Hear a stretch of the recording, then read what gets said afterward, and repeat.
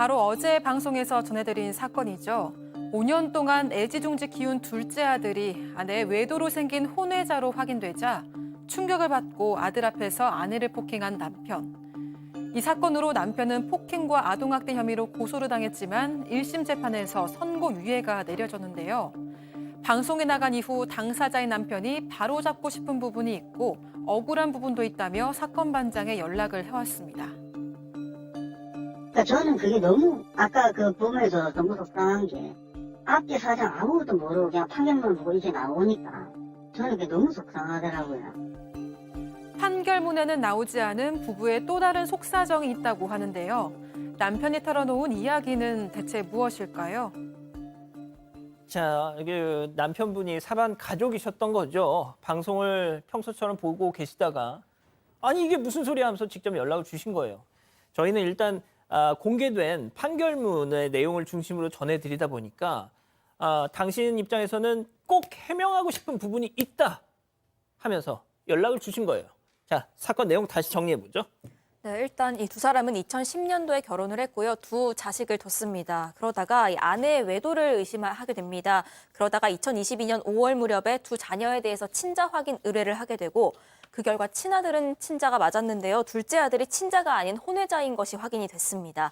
이런 과정에서 갈등이 더 깊어지게 됐고 그러다가 아내가 남편을 고소하는 일까지 벌어졌습니다. 지난해 5월에서 8월 사이에 남편이 문을 발로 차서 망가뜨렸다. 또 아이의 머리채를 잡았다. 아이가 보는 앞에서 아내를 때렸다. 이런 혐의로 재물손괴, 아동학대, 폭행 등의 혐의로 고소를 했던 거죠. 이에 대해서 1심 재판부는 이 친자 검사 결과 때문에 충격을 받아 범행을 했다면서 진지하게 반성을 하고 있다. 이런 점들을 고려해서 벌금 400만 원 또 선고유예 판결을 내렸습니다. 자, 지금까지 들으신 내용이 어제 저희가 전해드린 내용입니다. 판결문에 기초한 내용들. 자, 5년간 키웠던 아들이 외도로 생긴 아이였다는 사실을 알게 된 후에 두 사람은 계속 다퉜다는데요. 이 과정에서 아내의 생각지도 못한 행동 때문에 이 제보자 남편은 충격을 받았습니다. 이혼 소송 때문이었는데요. 체크포인트 짚어보죠. 내가 유책 배우자라니. 자, 남편이 유책 배우자가 됐다는 겁니다. 이게 도대체 무슨 얘기인지 남편분의 얘기 직접 들어보시죠. 아실지 모르지만 내가 지금 이혼 소송 중이잖아요. 네, 그렇죠. 근데 제가 지금 피고예요. 내가 피고가 됐어요. 유책 배우자다? 응. 친자 확인 끝나고 제가 지금 저 집사람한테 해보니까 둘째가 내 애가 아니라던데 애 아빠가 누구 이래주고 계속 싸웠을까 내가 욕하고 막 했을 거 아니에요. 네, 그렇죠. 다 녹음을 했더라고. 그 녹음 떠놓고 이혼 파탄의 원인이다. 이걸로 지가 이혼 소송을 먼저 제기한 거야. 지가 원고고 내가 피고가 됐어요, 지금. 저는 그게 너무 속상하더라고요. 여보 미안해. 이 손이 발이 되도록 빌어도 될까 말까 하는 판에 오히려 남편을 향해서 먼저 소송을 걸었고 또 이혼을 하기 위한 증거를 몰래 모으고 있었다. 양 변호사님. 예, 그렇습니다. 사실 근데 먼저 그 말씀을 드리고 싶은 게 이 아내가 단순히 먼저 소송을 제기를 했기 때문에 본인이 피고가 된 거지 유책 배우자라고 결정이 된 게 아니에요. 그렇죠. 그럼에도 이제 심정상으로는 왜 내가 유책 배우자로 이렇게 돼 있느냐라고 억울하신 건 맞지만 그것 가지고 그 감정적으로 화나실 필요 없고요. 잘 대응을 하시면 됩니다. 아마 대응하고 계시리라고 믿고요. 어떤 일이 있었냐면 조금 전에 들으신 것처럼 혼외자 문제 때문에 술을 드시고 싸웠을 거 아니에요. 어떻게 예. 안 싸우겠습니까? 그 그럼요. 멀쩡한 쟁소 정신으로. 근데 몰랐는데 그 상황을 다 녹음을 했다라는 겁니다. 아내가. 그리고 다 녹음을 하고 나서 아내가 지난해 7월에 소송을 제기를 했어요. 그 녹음된 파일을 근거로 해서 이게 폭력적이고 술 마시는 남편이다. 그러니 이 사람이 잘못해서 우리의 혼인관계가 파탄에 이르렀다라고 주장을 하고 아내가 그렇게 주장을 했다는 겁니다. 그리고 유책 사유가 그러니까 남편에게 있고 지난 7년 동안 아이도 내가 다 키웠고 남편은 하나도 아이 키우는 거 돌봐주지 않았다. 그러니까 이혼도 하고 아이들의 양육권과 친권도 내가 가져가야겠다라고 아내가 제기를 했다라는 건데 남편분 이거 가지고 충격받지 마세요. 그냥 응대하면 됩니다. 그냥 원래 소송은 먼저 제기하는 사람이 원고고 그냥 나중에 응대하는 사람이 피고일 뿐이에요. 그렇죠. 그런데 이제 기분상으로 그렇죠. 참 이게 어처구니가 없는 거 아니겠습니까? 재판을 늘 하는 저희들은 그렇지만 심정적으로는 그렇죠. 그러니까요. 예, 교수님. 그렇습니다. 이게 이제 사실 남편의 그 주장에 의하면 아내가 사실 외도를 한 사실, 혼외자를 낳은 사실, 그거 다 숨겨가지고 자기는 속여 어떻게 보면은 그거 모르고 있던 상태이기 때문에 엄청 화가 나지 않았겠습니까?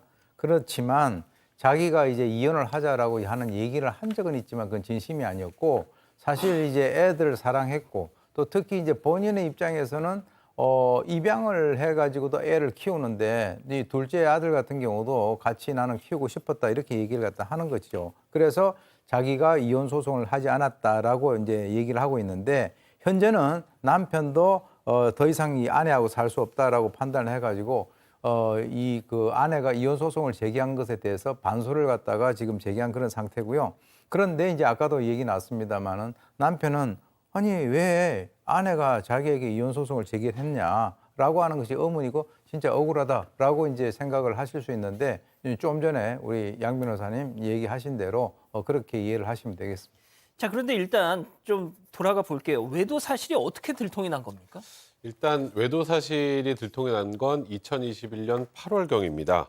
아까 처음에 얘기 나왔던 것처럼 이 부부는 주말 부부였고 주말 부부는 보통 주말에 올라오는데 가끔 또 뭔가 좀 휴가거나 이럴 때는 그냥 내려올 수도 있잖아요. 예. 딱 왔는데 지금 이제 좀 있으면 사파가 나오겠습니다만 차는 주차돼 있고 차량에 사람은 집에 없고 근데 지금 보시는 것처럼 전화를 하고 있습니다. 어허.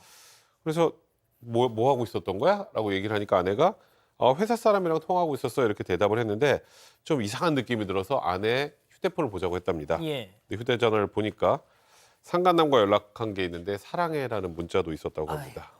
근데 아내는 이제 회사 동료하고 지금 보시는 것처럼 사내 불륜을 저지르고 있었다고 하고요.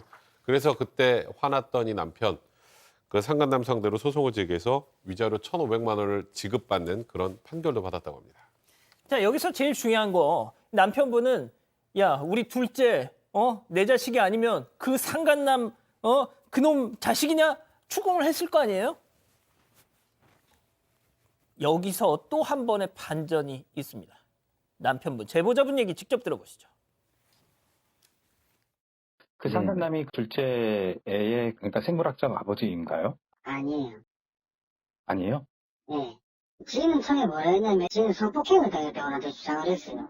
회사에서 회식이 있었고 그때 술이 많이 취했고 자고 일어나 보니 모텔에 있었다. 나는 기억도 안 나. 나는 성폭행 당한 거다.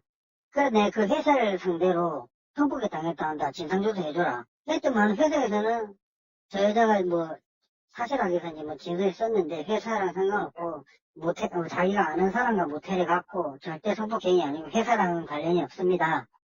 이렇게 조사를 받고 끝낸 거야. 그러면요, 그 둘째의 아버지는 누군지 아직까지도 모르시는 거예요? 말을 안 하니까 제가 알 수가 없어요. 양 변호사님 이게 뭐 하자는 거예요 도대체? 그러게요. 일단 상황이 어떤 거냐면 막 혼란스러우실까 말씀을 드리자면 이 아내가 외도했던 남성은 있는데 그 남성이 아닌 그러니까 친자 확인을 해보니까 친자 확인서가 이상하더랍니다. 남편이 보니까. 그래서 둘째 아버지가 그 상간남이 외도남이 아니었냐라고 물어보니까 아닌데 아내 말로는 자기가 회사에서 회식을 했는데 눈 떠보니까 숙박업소였다라는 거예요. 아무래도 성폭행을 당한 것 같다라고 그렇게 주장을 했다는 겁니다. 그러니까 남편은 아니 그럼 누가 그랬는지라도 알아내야 되는 거 아니냐. 어떻게 사람이 성폭행을 당했는데 가만히 있냐라고 그렇죠. 했는데 됐다고 가만히 있겠다고 했다라는 거예요. 그래서 회사 측에 이제 남편이 진상조사를 해달라고 남편이 요청을 했던 모양입니다. 그런데 아내가 회사에서 진상조사 조사할 때는 가서 성폭행 당한 것도 아니고 회사랑도 상관없고 그냥 자기 아는 남성과 그 숙박업소에 갔다가 그렇게 된 것 같다라고 그렇게 이제 회사에는 더 이상 문제 삼지 않겠다고 얘기를 해버린 겁니다. 회사가 나서 살 수 있는 일 없죠? 게다가 이게 그럼 둘째는 도대체 아빠가 누구야? 남편 입장에서 답답할 거 아니에요? 말을 안 하는 거죠. 이게 뭐 어떻게 보면 간통은 더 이상 범죄가 아니기 때문에 아이. 형사적으로 접근해서 누구인지 수사할 수 있는 방법도 없는 겁니다. 자, 지금 아이들 어떻게 되고 있어요? 그 아이들은 엄마 아빠가 각각 맡아서 키우고 있는 상황입니다. 검찰이 항소를 했기 때문에 이 사건도 아직 다 끝난 게 아니고요. 남편은 내가 둘째 아들 머리채를 잡았다는 부분은 아내의 주장인데 당시 술에 많이 취한 상태였기 때문에 기억이 잘 안 나서 그랬을 수도 있다. 이런 식으로 인정을 해버렸다고 합니다. 둘째 아들에게 무슨 짓을 했는지 정확하게 기억이 나진 않지만 아들에게 용서를 구하고 싶다. 이렇게 얘기하기도 했고요. 또 이 남편이 친생 부인의 소를 제기했기 때문에 둘째 아들에 대한 친권을 상실한 상태입니다. 그런데 여기에 대해서도 아들을 더 이상 못 본다는 생각에 후회를 하고 있는 상황이라고 했습니다. 남편과 아내는 초등학교 6학년이 큰아들이 있는 자리에서 엄마 아빠가 지금 따로 살게 됐다. 누구랑 같이 가고 싶냐 이렇게 물어봤는데 큰아들이 아빠랑 가고 싶다고 했다고 합니다. 그래서 큰아들은 남편이 데리고 갔고요. 둘째는 아내가 데리고 가서 부부가 그렇게 따로 살고 있는 상태입니다. 자, 네 가족이었잖아요. 4인 가족. 교수님, 예. 남편은 당연히 피해자고 큰아이도 내 동생인 줄 알았던 녀석이 아버지가 다르다는 걸 알아서 또 충격을 받았고 또 둘째 아이는 아빠가 누군지도 모르고 있고 이 집안이 풍비박산이 났어요. 완전히 콩가루 집안이 됐죠. 그런데 이 아이들의 입장에서는 실제로 뭐 죄가 없죠. 거의 어른들이 한 건데 개인적으로 상식적으로 보게 된다면 이 아내라는 이 여성은 이 간통죄가 없어서 가장 그 어떤 수혜를 받은 그런 입장이 아니겠는가 생각이 드는데 도대체 뭐가 잘했다고 그렇게 당당하냐라고 생각을 하시는 그 시청자분들이 상당히 많으실 것 같습니다. 그래서 제가 봤을 때는 참 이 사건 자체가 상당히 혼란스러운데 애들은 말할 것도 없고요. 참 그 결혼 잘해야 되겠다라고 하는 생각이 드는 그런 사례입니다. 가족 여러분, 잊지 마시고 구독과 좋아요, 알림 설정 여기. 여기.